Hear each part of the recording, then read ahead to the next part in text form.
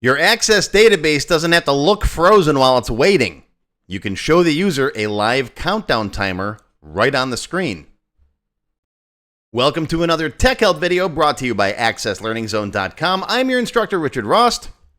Today we're going to talk about how to add a visible sleep countdown to your Microsoft Access database using a simple VBA function. In other words, instead of your code just pausing for 5 seconds with no feedback, you can display 5, 4, 3, 2, 1, liftoff, right? So the user knows something is happening and that the program is still alive and they didn't lock it up.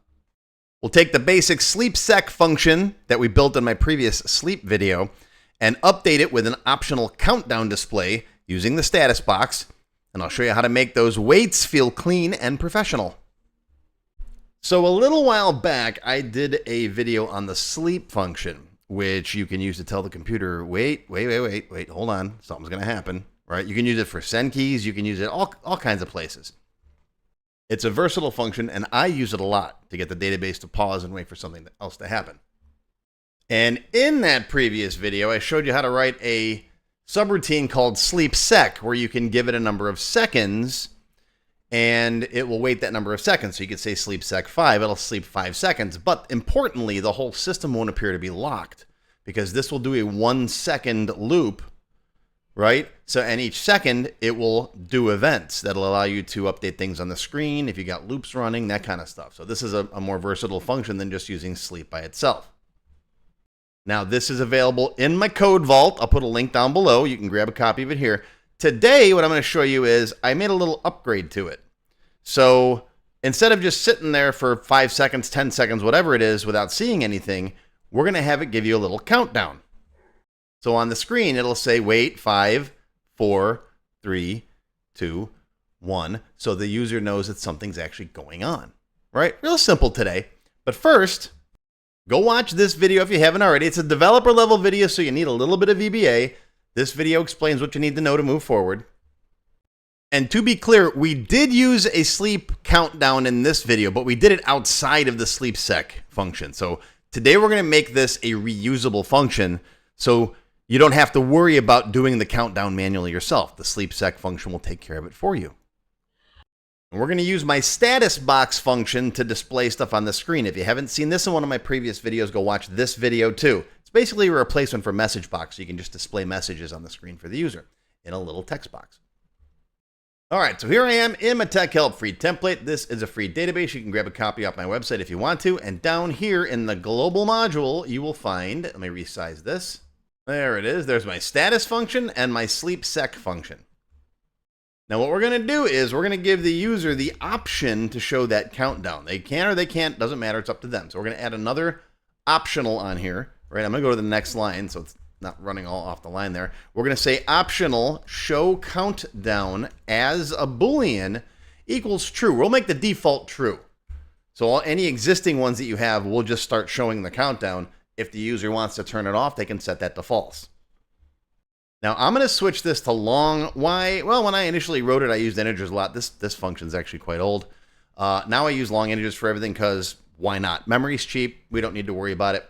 Now we're going to reverse this. So instead of going from 1 to X, we're going to go from X to 1 backwards. So that says 5, 4, 3, 2, 1 is a countdown, right? So we're just going to change this. For X equals numsec, the number of seconds, to 1, step -1. That's how you go backwards in a loop. Go 5, 4, 3, 2, 1. Right? Okay, now right here is where we're going to say if show countdown.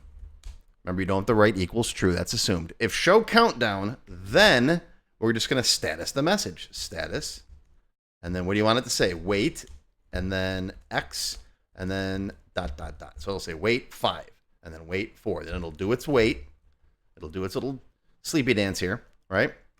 And then this is an older version. I've got in here if allow events, then do events. Because sometimes you don't want do events to run. You might want a hard sleep where you don't allow events to run. You might want like a 5-second pause because if do events is allowed to run, other events can run.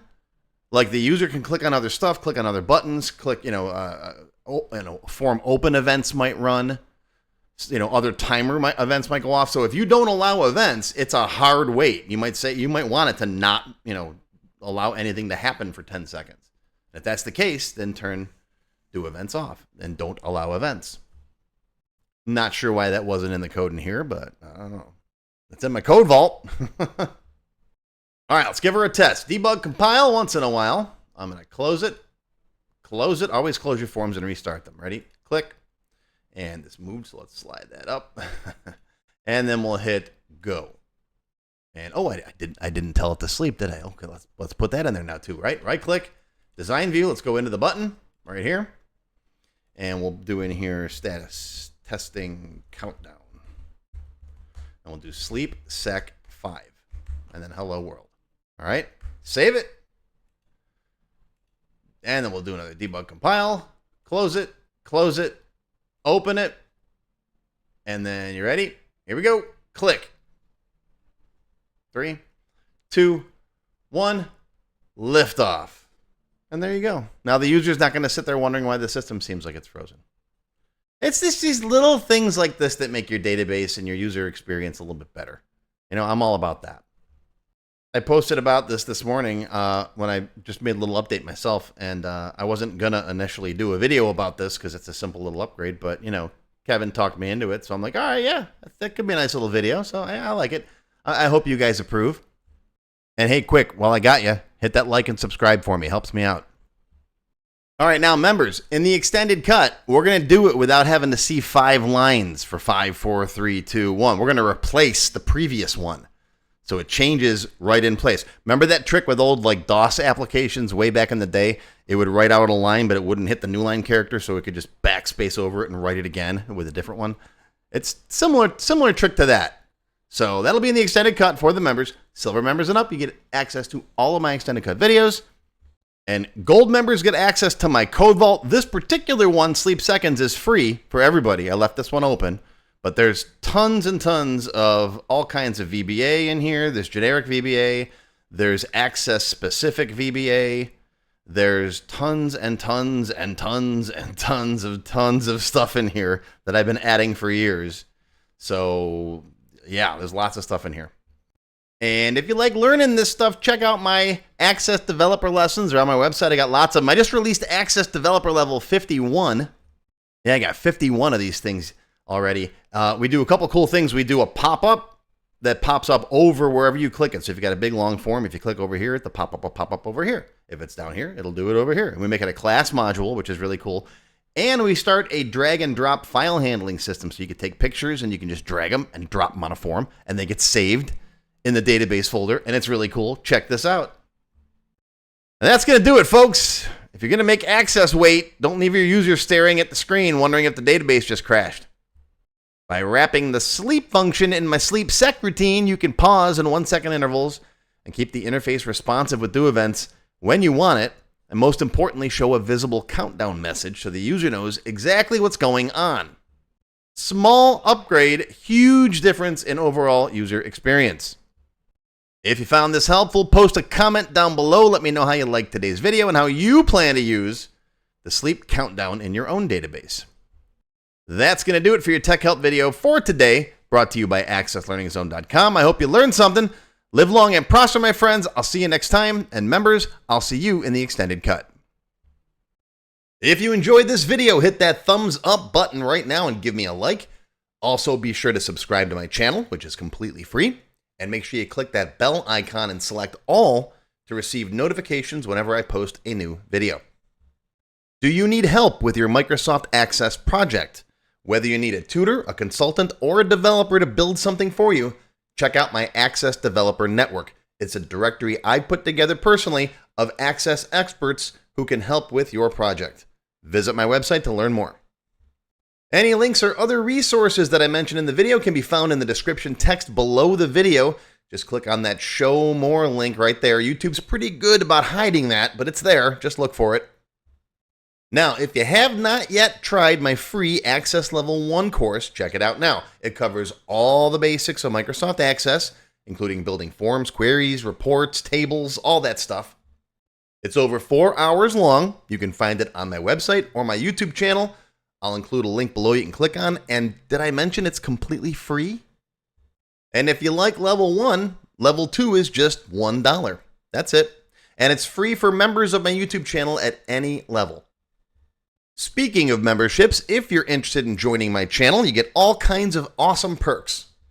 Silver members get access to all of my extended cut tech help videos, and there's hundreds of them by now. They also get one free beginner class each month, and yes, those are from my full courses.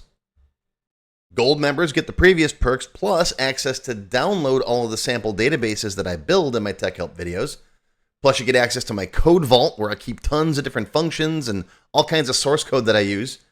And gold members get one free expert class every month after completing the beginner series. Platinum members get all of the previous perks, plus they get all of my beginner courses, all of them from every subject, and you get one free advanced or developer class every month after finishing the expert series. And you can become a diamond sponsor and have your name listed on the sponsor page on my website. So that's it.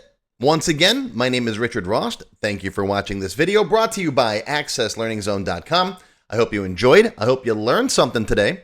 Live long and prosper, my friends. I'll see you next time.